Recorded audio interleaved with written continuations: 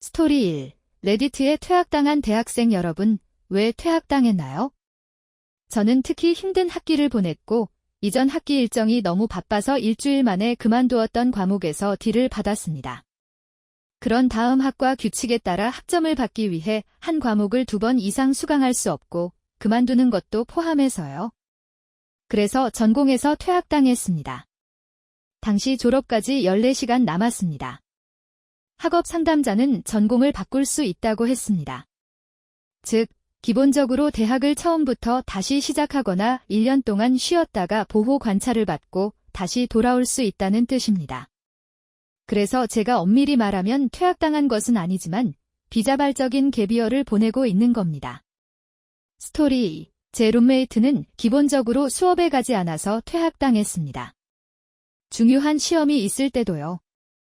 그는 밤새도록 저와 함께 잡초를 피우고 비디오 게임을 했고, 저와는 함께가 아니라 오후 5시까지 하루 종일 잤습니다. 예를 들어, 저는 일어나서 8시 30분 강의를 듣고, 점심을 먹고, 2시부터 5시까지 랩을 한 다음, 방으로 돌아왔는데 룸메이트는 아직 자고 있었습니다. 다음 여름에 그가 대학에서 돌아오지 말라고 요청하는 편지를 받았다는 것을 알게 되었습니다. 제가 마지막으로 그에 대해 들었을 때 그는 통근 학교에 등록했고 학장 명단에 올랐습니다. 스토리 3. 현재 저는 한 무리의 유학생이 제 학교에서 퇴학당했다는 것을 알고 있습니다. 그들은 시험 시간에 다른 언어로 서로 수군거리고 있었고 운 좋게도 제 교수가 우연히 그 언어를 구사하고 그들이 모르는 사이에 천천히 그들에게 불리한 사건을 만들어냈습니다. 아이들은 어떻게 된 일인지 지난 학기에 모든 숙제와 시험의 해답을 얻었는데 이는 이번 학기에 우리가 배정받은 것과 매우 유사합니다. 하지만 아이들은 너무 게으르기 때문에 숫자가 때때로 다르고 단위는 미터법이며 영어로 답하고 한 문제는 지난 학기 숙제를 풀 때 사용한 정확한 절차를 사용하여 풀었던 것과 완전히 다른 것을 요구한다는 것을 깨닫지 못하고 맹목적으로 모든 솔루션을 복사합니다. 그들은 완전히 망했고 저는 그것을 보는 것이 다소 흥분됩니다. 그들 중 한 명은 GPA가 3.75이고 우리 MSBS 프로그램에 자동으로 입학할 직전이었습니다. 그는 아마도 대학 생활 내내 부정행위를 했을 것입니다. 우리는 졸업까지 2학기 남았습니다. 줄거리 반전, 그 프로그램의 고문은 현재 그들을 상대로 소송을 제기하고 있는 강사입니다. 그러니 기본적으로 그 사람은 엄청나게 망했습니다. 그 교수는 야만인입니다. 그는 모든 것이 괜찮은 것처럼 모든 숙제와 시험에 점수를 매기고 있었고 어느 날 학업 부정행위위원회에 절대적인 정의의 서류를 공개했습니다. 그것이 바로 CAM의 약자입니다. 제가 당신을 위해 찾아봤습니다. 저는 전혀 몰랐습니다. 제가 캐나다에 있기 때문에 지역적인 문제일 수도 있지만 평생 들어본 적이 없습니다. 하지만 당연하죠. 이 사람들이 대학에서 그렇게 심하게 부정을 한다면 그들은 그에 따른 결과를 감수해야 하고 대학에서의 결과는 꽤 심각합니다. 스토리 4. 저는 학교 교사 평가 페이지를 위한 검색 엔진을 만들고 있었습니다. 인기가 폭발적으로 증가했고 학교의 상당수가 그것을 사용하고 있었습니다. 하루에 약 5,000회 조회되었습니다. 기본적으로 레인 마이 프로페서와 비슷했지만 수업이 끝날 때 학생들에게 강요한 평가를 데이터로 사용했습니다. 저는 또한 학생들에게 더 매력적으로 만드는 기능을 추가했습니다. 너무 인기가 많아서 특정 교사 이름에 대한 구글 첫 페이지에 표시되었습니다. 그 교사들 중 일부는 평가가 낮아서 화를 냈습니다. 저는 의도치 않게 IP 법률을 위반했습니다. 평가는 암호로 보호되었지만 제 사이트는 그렇지 않았기 때문입니다. 제가 퇴학당하지 않은 유일한 이유는 제 학과 학장이 저를 지지해 주셨기 때문입니다. 그는 조사를 하고 그 정보가 처음부터 비공개였으면 안 되었다는 결론을 내렸고 그런 다음 공개 정보 요청을 보내서 제 프로젝트가 법을 어기지 않도록 했습니다. 제게는 확실히 무섭게도 오랜 시간 동안 제 추방을 요청하는 사람들이 있었습니다. 스토리 5. 저는 대학 4학년 때 퇴학당했습니다. 저는 어린 시절부터 사회적 불안을 겪었고 3학년 때 자주 공황 발작을 겪었을 때 정점에 도달했습니다. 저는 도움을 받았지만 그때는 학점을 받기에는 너무 늦었습니다. 간신히 수업을 통과했기 때문입니다. 저는 전혀 프로그래밍을 할 줄 모르는 4학년 컴퓨터 과학 전공이었습니다. 저는 불안에 대한 치료를 받은 후 다시 말 위에 오르려고 노력했지만 너무 낙담해서 제 학점은 제가 스스로 파놓은 구덩이로 더 떨어졌습니다. 제가 퇴학당한 분기에는 F 2개, D 2개, C 1개를 받았던 것 같습니다. 학장은 저에게 공학을 그만둔다는 편지를 보냈습니다. 저는 제 자신을 바로잡기 위해 시간을 내고 아르바이트를 하고 최대 4명만 들어갈 수 있는 공간에 7명이 사는 허름한 아파트에서 살았습니다. 저는 최저임금으로 일했고 학교를 마쳐야 한다는 것을 깨달았습니다. 저는 학부 상담사를 여러 번 만났고 그는 매우 친절하게 저를 도와주었습니다. 학장에게 보낼 계약서를 작성해야 했는데 거기에는 내가 재입학할 자격이 있음을 어떻게 증명할 것인지, 졸업 자격을 얻기 위해 어떤 수업을 수강할 것인지에 대한 자세한 계획이 적혀 있었습니다. 시간이 좀 걸렸지만 결국 열심히 노력해서 재입학할 수 있었습니다. 전공 과목에 포함되는 여름 학교 과정을 수강해서 평균 3.0을 받았고 다시 입학한 뒤에는 좋은 성적을 받았습니다. 수년간 심리치료가 필요했기 때문에 힘들었지만 3학년 때 무너지기 전까지는 받아들이고 싶지 않았습니다. 더 일찍 도움을 받았으면 좋았지만 저는 모든 것을 스스로 처리할 수 있다고 진심으로 생각했고 그렇게 할 수 없어서 부끄러웠습니다. 하지만 이렇게 말씀드리겠습니다. 도움을 받게 된 것을 한순간도 후회하지 않습니다. 처음에는 약간 부끄러웠지만 곧 극복했습니다. 여전히 불안이 마음 한구석에 남아있는 날이 있지만 지금은 훨씬 나아졌고 졸업했습니다. 학교에서 어려움을 겪고 있다면 퇴학당하더라도 정말로 졸업하고 싶다면 그게 끝은 아니라는 걸 알아두세요. 6번째 이야기. 저는 술을 마시고 수업에 가지 않는데 너무 많은 시간을 보냈습니다. 저는 전체 GPA가 1.6인 3학년이었습니다. 대학 측은 제 주변에 제 동료가 필요 없다고 말했고 제 자리를 감사하게 여길 사람에게 열어주겠다고 했습니다. 이게 제 관심을 끌었습니다.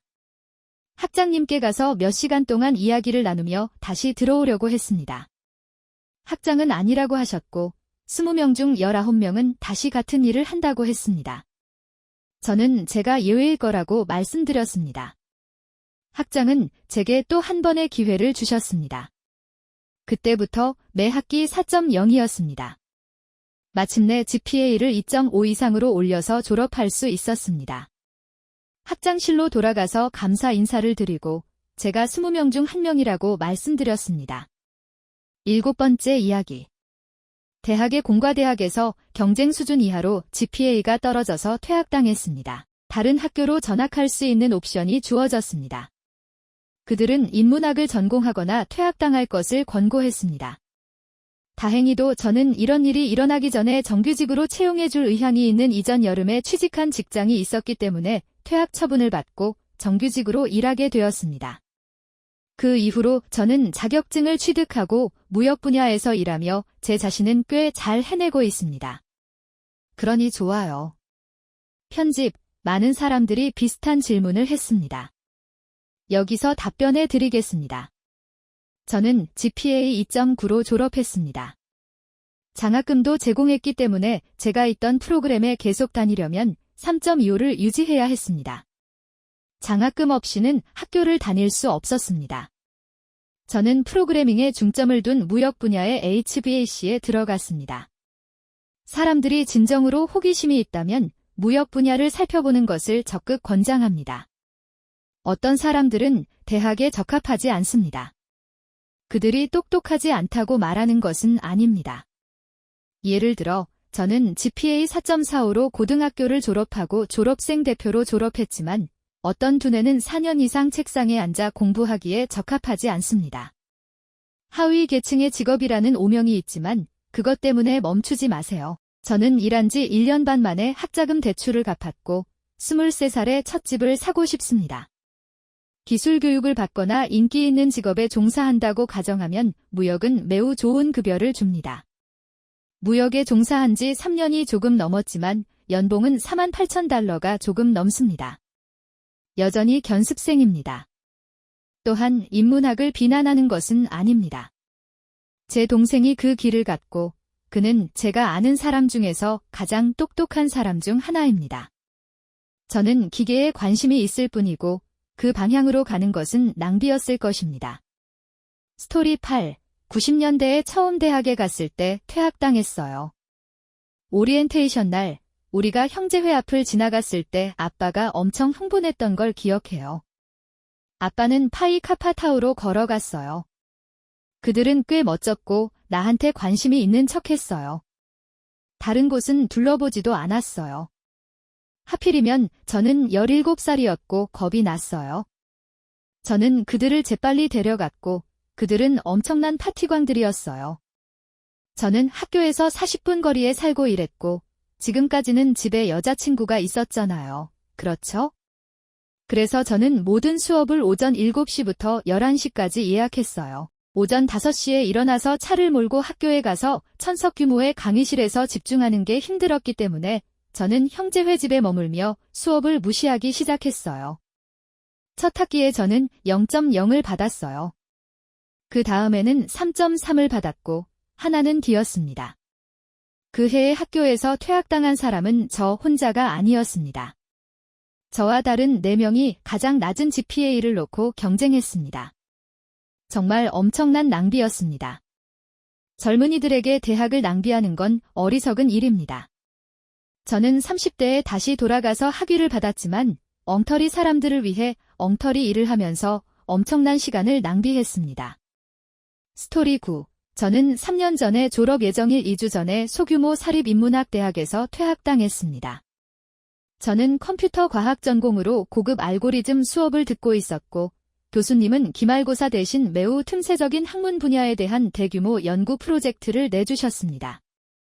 저는 마무리해야 할 다른 수업도 있었기 때문에 인정하건대 논문에 우선순위를 두지 않았습니다. 마감일 3주 전에 교수님은 우리에게 초안을 제출하라고 요구하셔서 비판하고 도와주셨습니다. 제 주제는 매우 틈새적이었기 때문에 그에 대한 텍스트를 한 개만 찾을 수 있었지만 3페이지 분량의 매우 긴 수학적 증명이 있는 정말 좋은 자료였습니다. 그래서 당연히 저는 이 증명을 논문의 지렛대로 인용할 것이었습니다. 혼자서는 그런 종류의 수학을 할 수가 없었습니다. 도서관에서 이 자료의 실제 사본만 찾을 수 있었고 디지털 사본은 없었습니다. 그래서 논문에서 사용하고 인용하기 위해서는 3페이지 분량의 수학적 증명을 타이핑해서 필사해야 했습니다. 충분히 쉬운 것처럼 들리지만 수학 논문의 문제는 기호를 많이 사용한다는 것입니다. 수학을 보여주는 방식입니다. 저는 레이텍스라는 언어를 사용했는데 이를 통해 모든 것을 멋지게 보이게 할 수 있지만 시간이 많이 걸립니다. 이 작업에 거의 4시간이 걸렸지만 마침내 증명의 디지털 사본을 얻었습니다. 초안에 초록 이상을 쓸 시간이 없었고 참고문헌 섹션의 출처를 인용했습니다. 그래서 이것을 교수님께 제가 가진 것은 많지 않지만 이 증명을 얻기 어려웠고 이를 바탕으로 논문을 쓸 것입니다. 라고 말씀하시는 듯 했습니다. 그는 다음 날 전화를 걸어 표절 혐의로 학술위원회에 신고했다고 알려주었습니다. 저는 어리둥절했습니다. 저는 제출한 것에 대한 이유와 제가 초안에서 분명히 인용한 작품을 표절할 의도가 전혀 없다는 것을 설명했습니다. 그러자 그는 그것은 위원회에서 결정할 일입니다. 라고 대답했습니다. 그래서 저는 위원회에 출두하여 모든 것을 일반인이 이해할 수 있는 용어로 설명하려고 노력했습니다. 미완성된 작품에 대해 표절 혐의로 유죄 판결을 받을 수 있다는 것을 전혀 몰랐고 졸업하기 2주 전에 지적 작업을 훔치려고 하지 않았으며 가능하다는 것을 알았다면 아무것도 제출하지 않았을 것이라고 말했습니다. 하지만 그들은 전혀 받아들이지 않았습니다. 그들이 왜 교과서를 복사해서 제출하지 않았느냐고 물은 것을 결코 잊지 못할 것입니다. 2학년 때 친구의 시험을 어리석게 속여서 성적에 나쁜 점수가 붙었기 때문에 그들은 즉시 저를 캠퍼스에서 쫓아낼 근거를 찾았습니다. 즉, 그들은 제게 6시간 안에 짐을 싸야 한다고 말했고 그렇지 않으면 경찰에 신고해서 불법 침입 혐의로 유죄 판결을 받을 것이라고 말했습니다. 나는 재빨리 짐을 챙겨 부모님 댁으로 돌아가야 했기 때문에 울었습니다. 부모님은 제정신이 아니셨습니다. 나중에 캠퍼스에서 내가 누군가를 폭행해서 퇴학당했다는 소문을 YIK옥에서 들었는데 정말 가슴에 단검이 박혔습니다. 그 주 후반에 여자친구가 나를 떠났고 친구들에게서 받은 침묵은 귀가 먹을 정도였습니다. 나는 캠퍼스 커뮤니티에 깊이 관여했고 한때 학생회 부회장을 지냈고 새로운 대학 총장을 선출하는 위원회와 캠퍼스의 다른 많은 그룹에서 일했습니다. 나는 졸업식에서 연설한 새 학생 중 한 명이었고 졸업식에 입장할 때 우리 반 현수막을 들고 가야 했습니다. 다행히도 지금까지 내 이야기는 해피엔딩으로 끝났습니다. 반 친구들이 무대를 건널 때쯤 나는 이미 직장을 구했고 일자리를 얻었습니다. 대학 졸업 후의 미래에 대해 근시안적이었던 나는 갑자기 내게서 빼앗긴 것을 되찾고 싶은 마음이 생겼습니다. 저는 올해 학사 학위를 마치고 포춘 500대 기업에서 일할 예정입니다.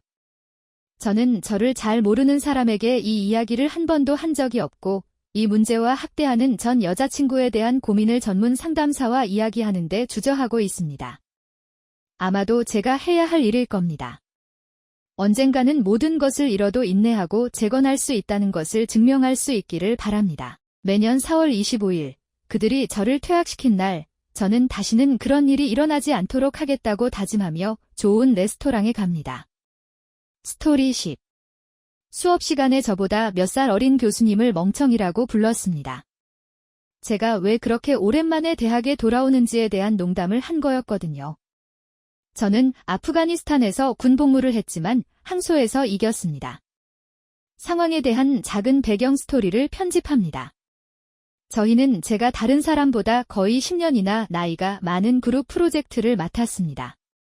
저희는 기술에 대해 논의하는 부분에 이르렀고 저희 그룹의 아이들은 제가 고등학교 3학년이 되어서야 휴대전화를 가지게 되었다는 것에 대해 비웃고 오래된 노키아에 대해 설명했습니다. 농담이었고 저는 사실 노인처럼 행동하는 것을 즐겼습니다. 저는 30살 정도였습니다. 교수님은 웃음소리를 듣고 무슨 일인지 보러 왔습니다. 한 여학생이 그 대화를 반복했고 그는 아마 그가 군대에 입대하게 된 건 처음에 대학에 진학하지 못했기 때문일 거야 라는 말을 했습니다. 사실 저는 군대에 가기 전에 대학에 다녔습니다. 저는 진짜 이유로 그만뒀습니다. 저는 매우 가난한 마을에서 왔고 대학 비용을 지불해줄 부모님이 없었습니다. 4년 동안 학교에 다니면 GIB를 받을 수 있고 그러면 엄청난 학자금 대출을 받지 않아도 된다는 걸 알았습니다. 11분의 9 테러가 있은 지 얼마 되지 않아서 애국심이 강했고 조국을 위해 봉사하고 싶었습니다. 물론 제대하고 나서는 다른 직업 분야에서 바로 일했고 학교로 돌아가는데 시간이 좀 걸렸습니다. 스토리 11. 저는 의도치 않게 다른 학생을 퇴학시켰습니다. 우리가 만든 웹사이트를 비판하던 중 제가 몇 가지 수정만 하면 제 웹사이트와 똑같아 보이는 것을 알아챘습니다. 소스를 열어보니 제 코드를 줄 단위로 복사한 것이고 CSS를 약간 변경한 것이었습니다. 교수님이 알아채실 경우를 대비해 제 자신을 보호하기 위해 말씀드렸지만 의심을 받았을지는 의심스럽지만요. 제 사이트는 더 응집력이 강했습니다. 교수님이 변경한 것도 사이트를 매력적으로 만들지 못했습니다. 분명히 그는 세 번째 표절을 한 것입니다. 2번 후에 학교에서 재판을 받게 됩니다. 그때도 퇴학당하지 않으면 세 번째는 관에 못을 박는 것과 마찬가지입니다. 12번째 이야기. 낙제 성적, 미친 룸메이트, 절도 혐의. 엄청난 스트레스로 인해 퇴학당하고 항소를 한 후 다시 들어왔습니다. 저는 필라델피아 미술관에 다녔는데 제가 지상에서 지옥이라고 생각하는 몇 안 되는 곳 중 하나입니다. 학교에서 심각한 문제가 있는 여러 룸메이트와 저를 짝지어 주었습니다. 6개월 동안 샤워를 거부하고 마약 중독자, 제가 아직 방에 있는 동안 시체 사진을 보며 공개적으로 자위하는 남자. 어쨌든 악몽 같은 일이었습니다. 기숙사 전체가 끔찍했습니다. 사람들이 끊임없이 벽을 발로 차거나 주먹으로 구멍을 뚫었습니다. 엘리베이터를 타면 여러 층이나 내려갔습니다. 사실상 악몽이었습니다. 그러다 어느 겨울, 매일 밤 오전 2시경에 화재 경보가 울리기 시작했습니다. 우리는 한겨울까지 건물을 대피해야 했습니다. 화재 경보기와 얼어붙는 추위만큼 당신을 깨우는 것은 없습니다. 정신적으로 저는 그것을 잃기 시작했습니다. 제 성적은 떨어졌고 화재 경보기와 압도적인 침체 사이에 잠을 잘 수 없어서 학기에 낙제했습니다. 저는 극도로 지쳐 있었고 스트레스를 받았습니다. 이런 일은 계속되었습니다. 어느 날 학장 중 한 명이 전화를 걸어 신용카드를 훔쳤다고 비난했습니다. 학교에 따르면 저는 룸메이트 중 한 명의 신용카드를 훔쳐서 엄청난 청구서를 쌓았습니다. 그리고 그들은 증거를 가지고 있었습니다. 그것은 레인 브라이언트에서 있었는데 저는 당시 그것이 플러스 사이즈 의류를 전문으로 하는 여성 의류 매장이라는 것을 몰랐습니다. 제가 제 여자친구를 위해 이것을 산다는 암시가 있었지만 저는 학교에 기봐요. 저는 게이입니다.라고 지적해야 했습니다. 그들은 제가 스스로를 위해 이것을 산다는 사실로 이야기를 바꾸어서 제가 크로스드레서라고 암시했습니다. 네, 저는 제 물건을 잃어버렸습니다. 저는 그들에게 그들의 주장을 뒷받침할 증거를 제시해달라고 요청했습니다. 당연히 그들은 아무것도 없었지만 몇 주 동안 이 문제로 나를 괴롭히며 내가 결코 받지 않은 돈을 갚으라고 요구했고 그렇지 않으면 상황을 악화시킬 것이라고 했습니다. 그러다가 제 옷장에서 마약, 버섯을 재배하다 적발된 룸메이트가 생겼습니다. 정말일까요? 그는 적발되었지만 학교는 그 남자를 보호하는 것이 학교의 책임이 아니라고 결정했고 그는 결국 제 물건의 절반을 훔쳤고 학교는 보험이 있었어? 라고 물었습니다. 아니, 우리 문제가 아니야? 내 사무실에서 나가 그 후로 모든 것이 망가졌습니다. 스트레스가 쌓였고 학교에서 흘러나오는 여러 가지 쓰레기가 나를 괴롭혔고 나는 낙제했습니다. 내가 말했듯이 나는 항소하고 다시 들어갔고 나중에 졸업했습니다. 스토리 13. 미국 북부 학교, 미시간, 몬태나, 노스다코타에서 2학기를 퇴학당했습니다. 중부 대서양에서 온 나이 많은 전학생으로서 2학기를 보냈습니다. 결국 얼음 위에서 미끄러져 대퇴골, 상완골이 골절되었고 아파트 박얼음 위에서 두 손가락이 다쳤습니다. 그동안 병원에서 3주를 보내며 회복하고 물리치료를 했습니다. 마침내 집에 돌아왔습니다. 제 아파트는 캠퍼스에서 30분 거리에 있었습니다. 운전을 할 수 없었고 택시도 없었기 때문에 사실 택시는 있었지만 저는 감당할 수 없었습니다. 결국 모든 과목에서 낙제하고 집으로 돌아가야 했습니다. 불과 1년 후에야 의료 문제로 인해 수업료를 환불받고 수업 기록을 삭제할 수 있는 사무실에 대해 알게 되었습니다. 다시 들어가기까지 1년을 기다려야 했습니다. 올해는 빈혈이라는 동일한 상황에 처해 있지만 보험이 만료되기 일주일 전에 진단을 받았습니다. 졸업까지 16학점이 남았고 여름 방학 동안 수업을 수강하려는 관료적 절차에 갇혀 있습니다. 아마 7월 중순까지 걸릴 것 같아서 가을에 다시 와서 끝내야 합니다. 포기할 준비가 다 되었습니다. 스토리 14. 저는 아니고 신입생 때 저 아래층에 살았던 남자입니다. 그 남자는 이미 귀찮은 존재였습니다. 그는 취해서 어느 날 밤 마을로 들어갔고 우리 기숙사라고 생각해서 개인주택의 창문을 깨고 그 창문을 깨서 체포되었습니다. 학교에서 알게 되자 경찰이나 학교의 내부 사법 시스템, 실제로 괜찮은 시스템입니다. 학생들이 운영합니다. 에 문제가 생기면 퇴학당할 것이라고 말했습니다. 과도한 술 취함으로 인해 지역 병원으로 이송된 것도 마찬가지입니다. 할로윈 밤으로 넘어가서 그의 룸메이트가 기숙사 방바닥에 구토물을 뒤집어 쓴 채 기절한 그를 발견했습니다. 그는 알코올, 마리화나, 코카인 양성 반응을 보였습니다. 병원에서 나오기 전에 쫓겨났을 거라고 확신해요. 15번째 이야기. 기숙사 내층에 사는 한 남자가 이사 첫날 밤에 퇴학당했어요. 부모님과 떨어져 지내는 첫날 밤이었고 우리 모두가 대학에 새로 온 터라 대학 주변에 팝업 파티가 엄청 많았어요. 이 애가 하룻밤에 대마초, 버섯, LSD를 다 썼고 기숙사 건물 근처로 돌아와서 술을 엄청 마셨어요. 룸메이트가 그를 발견하고 기숙사 방으로 데려왔어요. 그 애는 사방에 토하고 기절하기 전에 아주 심하게 화를 냈어요. 과다 복용을 한 것 같아요. 910일에 신고했고 경찰이 나타나서 그 애가 기숙사에 숨겨둔 엄청난 양의 약물, 대마초와 버섯이었던 것 같아요. 과맥주, 심지어 주머니 칼, 캠퍼스에서는 불법이에요. 까지 봤어요. 그는 해독시설로 옮겨졌고 미성년자였기 때문에 엄청난 혐의를 받았어요. 그는 해독시설을 떠나기도 전에 퇴학당했어요. 그의 부모님이 와서 그의 물건을 가져갔다고 합니다. 그가 캠퍼스에 출입이 금지되었는지 아니면 그냥 부끄러웠는지 모르겠습니다. 그는 우리 층에서 전설이 되었습니다. 편집, 기숙사에서 사는 동안은 모든 칼이 불법입니다. 버터 나이프는 가질 수 있다고 생각하지만 그게 다입니다. 그래서 포켓 나이프는 금지되었습니다. 또한 저는 그 자리에 없었고 룸메이트를 통해서만 들었기 때문에 그가 무엇에 과용했는지 잘 모르겠습니다. 그의 룸메이트는 그가 그 모든 것을 합쳐서 과용했다고 생각했습니다.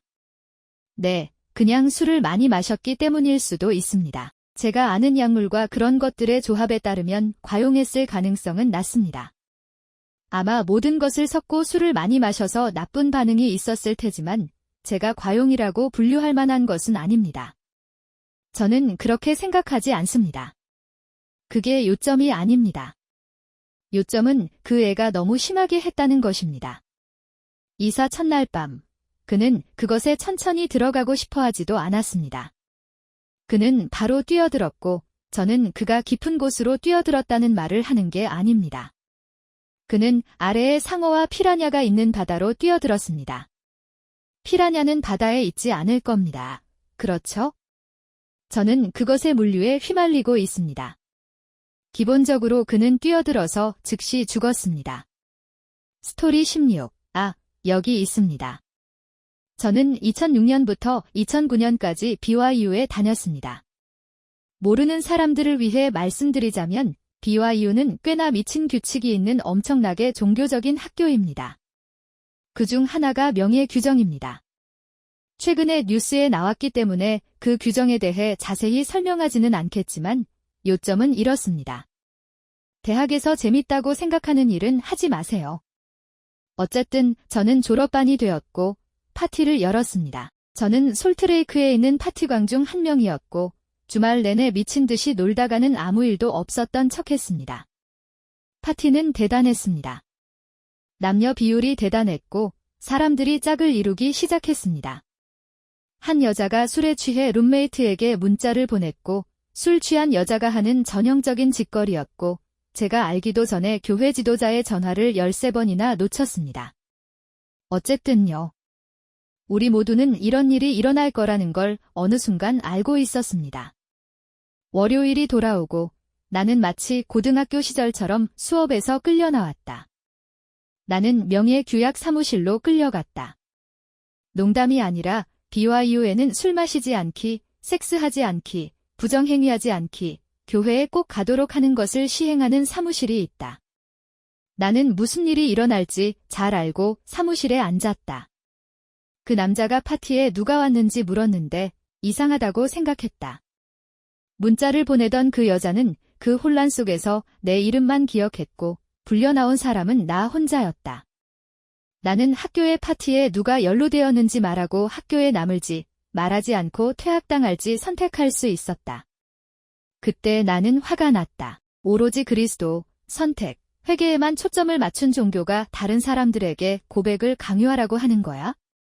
나는 명예규약 경찰을 찢어발기며 최고조에 가까운 목소리로 시발, 이거 엿먹어라는 멋진 소리를 질렀다.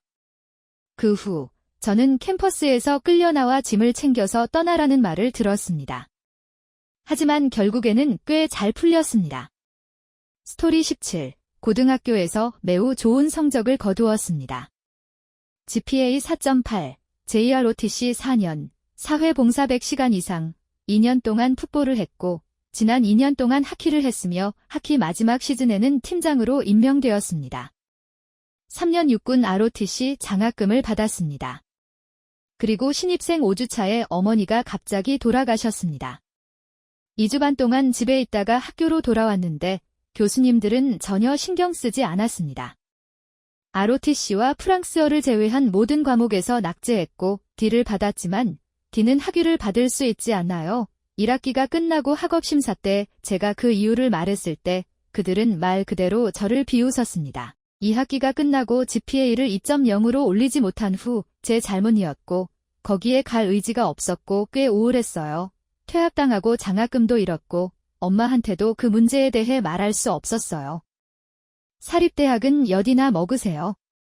거기서 $20,000 이상을 낭비했어요. OP, GPA를 올리지 못한 건 당신 탓이에요. 라고 스스로에게 덮어씌울 수는 없어요. 사실은 그렇지 않아요. 완화 사유가 있었죠. 친구야. 당신이 최선을 다했다는 건 의심할 여지가 없고 그것이 당신의 잘못이 되는 건 아니에요. 그 모든 일이 벌어지는 건 당신 인생에서 힘든 시기였고 그게 위안이 된다면 당신에게는 일이 잘 풀렸으면 좋겠어요. 친구야. 스토리 18. 제가 퇴학당한 건 아니지만 나였을 때 누군가를 퇴학시켰습니다. 이 아이는 기숙사 방에서 끊임없이 파티를 열었다는 이유로 이미 보호관찰을 받고 있었습니다. 처음 3주 동안 ROTC 장학금을 잃었고 그 다음 주에 ROTC에서 퇴학당했고 2차 정학이라는 말을 듣고 파티를 열었다는 이유로 같은 주에 2번이나 적발되었습니다. 그래서 제 대학의 2차 정학은 소프트 정학으로 기본적으로 주중에는 캠퍼스와 기숙사에 들어갈 수 있지만 주말에는 집으로 돌아와야 합니다. 그가 가야 할 때가 되었을 가능성이 높았지만 그가 그때와 징계 심리 사이에 실제로 독특한 문제를 일으킬 시간을 찾을 것이라고는 전혀 생각하지 못했습니다. 아보카도 알레르기가 적절하게 타이밍이 맞지 않았다면 알 수 없었을 문제입니다. 평범한 주중 밤이었고 저는 건물 9층에서 친구와 어울리고 있었습니다. 레지던트 중 한 명에게서 당황한 문자를 받았는데 그녀의 룸메이트가 하루 종일 발진이 생겼고 엉덩이에서 가슴까지 퍼져서 목에 발진이 생기면 어떻게 될지 걱정하고 있었습니다. 걱정하지 마세요. 나가왔어요. 과장된 연기 전공자들을 돕기 위해 계단 3개를 내려갔지만 도중에 미끄러졌습니다. 월요일 밤에 뭘 입어야 할까요? 맞아요. 대부분 마른 구토물이었고 타이츠를 입고 있었고 갈아입을 시간도 별로 없었습니다. 그래서 재빨리 여자애들에게 가서 발진을 확인한 후 코트를 가져오라고 하고 안전을 위해 조심하는 게 낫다고 동의하고 응급실로 향했습니다. 코트를 가져와야 한다고 말하고 타이츠를 재빨리 벗으며 내가 밟은 것이 무엇인지 생각하지 않으려고 노력했습니다. 그녀가 평소와 다른 접촉을 했는지 확인하기 위해 입원 서류를 살펴보았습니다. 음식, 장소, 아픈 사람. 음식도 없고 이상한 것도 없었지만 우리 방에 갑자기 나타나서 모든 것에 토하고 바지를 벗는 남자가 있었어요. 죄송한데 뭐라고요? 그 토요일에 발진이 난 그 여자애는 늦게 나왔어요. 그녀는 부모님과 함께 오빠 생일을 축하하러 갔어요.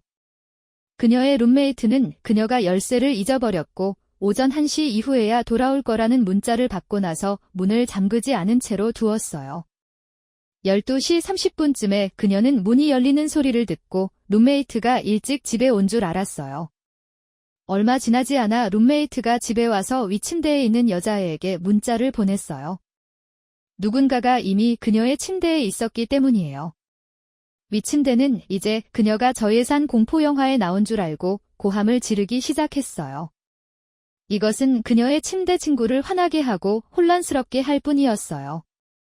침입자는 재빨리 일어나서 위에 침대에 머리를 박고 뒤집히고 곧바로 똥을 싸버렸어요. 밖에 있는 룸메이트는 비명과 쿵쿵거리는 소리를 듣고 무슨 일이 일어나고 있는지 알아내려고 방으로 달려간다. 둘 다 이 낯선 녀석을 방에서 내보내려고 하지만 그는 그게 그의 방이기 때문에 내버려 두지 않는다. 엘 우즈와 슈거플럼 페어리의 여왕이 인테리어 디자이너가 되었다고 상상해보세요. 이곳은 그들이 디자인했을 기숙사 방입니다. 전혀 그의 방이 아니었습니다. 그들은 몇 초 동안 그와 다투었고 그는 그들을 무시하고 욕실로 갔는데 두 사람 모두 그가 싱크대, 변기, 샤워 커튼에 토하는 소리가 들렸습니다. 술에 취한 원더보이는 방으로 돌아와 바지는 벗었지만 속옷은 벗지 않고 엉덩이를 위로 향하게 한 채 이불 위에 누웠습니다. 다행히도 밝은 분홍색 이불에는 똥 얼룩이 없었습니다. 그들이 어떻게 했는지는 모르겠지만 그들은 그를 깨우고 방으로 돌아가라고 했고 그는 이번에는 그냥 동의하고 방번호를 알려주고 계단으로 갔습니다. 저는 그 남자의 방번호를 물었습니다. 그를 곤경에 빠뜨리기 위해서가 아니라 그의 나가 안전한 음주와 항상 친구가 곁에 있도록 하는 것에 대해 이야기하고 싶어 할지도 모르기 때문입니다. 그리고 물론 그것은 문제가 있는 아이의 방번호이고 물론 그것은 우리보다 한층 위에 있기 때문에 내가 내려가는 길에 이 이야기를 미리 보았고 지금은 내 더러운 옷바구니에 놓여 있습니다. 우리는 간호사가 우리가 마지막 몇 달락의 스파옥노츠 버전을 준 후에 그녀가 노출되었을지도 모르는 발진과 그 밖의 것에 대해 실제로 걱정했기 때문에 그 소녀를 입원시켰습니다. 신은 그 남자에게 무슨 일이 있었는지 알고 계시고 그들은 너무 부끄러워서 욕실 청소를 도와달라고 부탁할 사람이 있을 것이라고는 생각하지 못했습니다. 우리는 몇 가지 알레르기 검사를 기다리고 나는 그의 라에 전화를 걸기 위해 실례했습니다. 검사 결과 그녀는 이전에 나타나지 않았던 아보카도 알레르기가 생겼고 완전히 괜찮을 것이라고 밝혀졌습니다. 안녕하세요. 나 레지던트에게서 주말에 있었던 일에 대해 들었어요. 맙서사, 이제 뭐예요? 그는 취한 채로 내 레지던트의 방 중 일부로 들어가서 침대에 기어 들어가서 똥을 싸고 사방에 토하고 바지를 벗었습니다. 난 내 바닥이 정말 싫어의 대화 끝. 그는 금요일까지 기숙사에서 이사할 예정이었다. 그 시간 동안 나는 그의 엄마와 내가 그의 인생을 어떻게 망쳤는지에 대해 페이스타임으로 정말 재밌게 대화를 나누었다. 오, 그녀는 정말 복숭아였다. 알다시피 엄마가 못된 짓을 하는 것을 듣는 것도 놀랍지 않다. 이런 종류의 무책임하고 자기중심적인 행동은 대개 어딘가에서 비롯된다. 어쨌든 오피, 그건 역겹고 불행한 이야기다. 그 남자는 기숙사에서 살거나 대학에 가거나 그런 일을 하기 전에 자신의 문제를 해결해야 할 것 같다. 그냥 더 큰 물고기를 낚아채야 할 뿐이지, 알겠지? 스토리 19. 맙서사, 어떤 놈이 기숙사 여자 화장실에 들어가려고 몰래 다니고 있었어. 나를 포함해서 그 설명과 일치하는 모든 놈들이 옆으로 끌려가서 신문을 받았어. 그들은 그게 나라고 결정했어. 내 룸메이트가 나를 보증했고 나는 내 기숙사에 웹캠이나 그런 걸 계속 켜두고 내 위치를 증명해 주겠다고 제안했어. 오전 5시에 일어나서 뭔가를 할 거야? 그들은 내 무죄를 증명하는데 관심이 없었어. 그건 분명했지. 그들이 계속 헛소리를 한 후에 그들이 날 엄청 일찍 깨우고 몇 분 전에 몰래 다녔다고 비난하고 마치 내가 아침에 혼수 상태인 척하는 것 같고 룸메이트가 내가 괴상한 녀석인 걸 감추려고 거짓말을 하는 걸 포함해서 마침내 그들은 내 기숙사에서 악마의 식물 냄새를 맡았어. 그들은 수색할 수 있도록 허락해달라고 했고 나는 거부했어. 그들은 계속해서 요청했고 나는 계속해서 거부했어.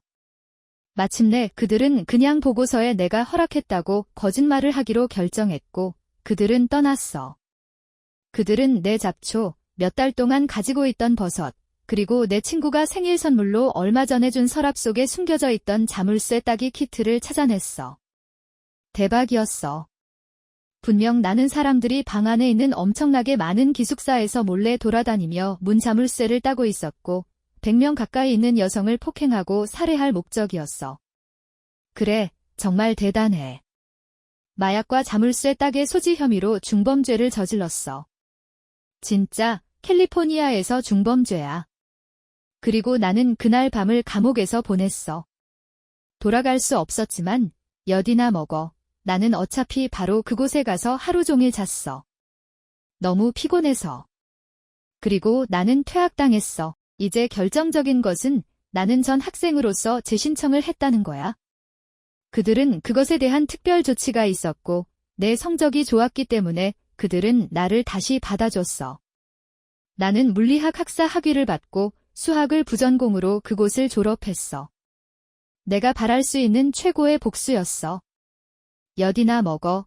캠퍼스 PD, 무능한 바보들. 잠금 해제 도구는 중범죄야.